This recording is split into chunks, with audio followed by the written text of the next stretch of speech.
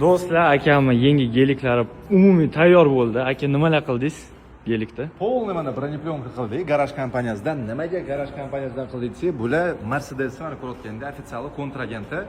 Agar Mercedes'da qilmaganimizda bu broneplyonkalarni yangi mashina bo'lgani uchun 2 yillik garantiya beriladi. Hamma narsaga Mercedes. Hali u bizga qiziq emas. Garantiya. Taxminan menga ayting, necha pulga tushdi? Plyonkasi, tonirovka, laminatsiya salon.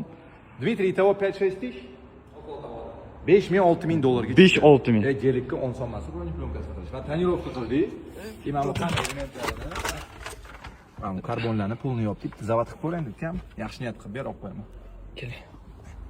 Kalni ichidaymi? Kal. Shuna bo'lsa kerak? Yo'q. Bas, kesib olasan deb o'tdim. Mana kaltini. Kesmasdan qo'yaman. Mana ko'rasam double night paketda mana shunaqa qora kalti bo'lar ekan. Bizga ham nasib qilsin. Oho. Ha, buni sportga olasan, ha? Sen Sport Plus'ga. Ha. O, qani endi tovozni ko'ramiz.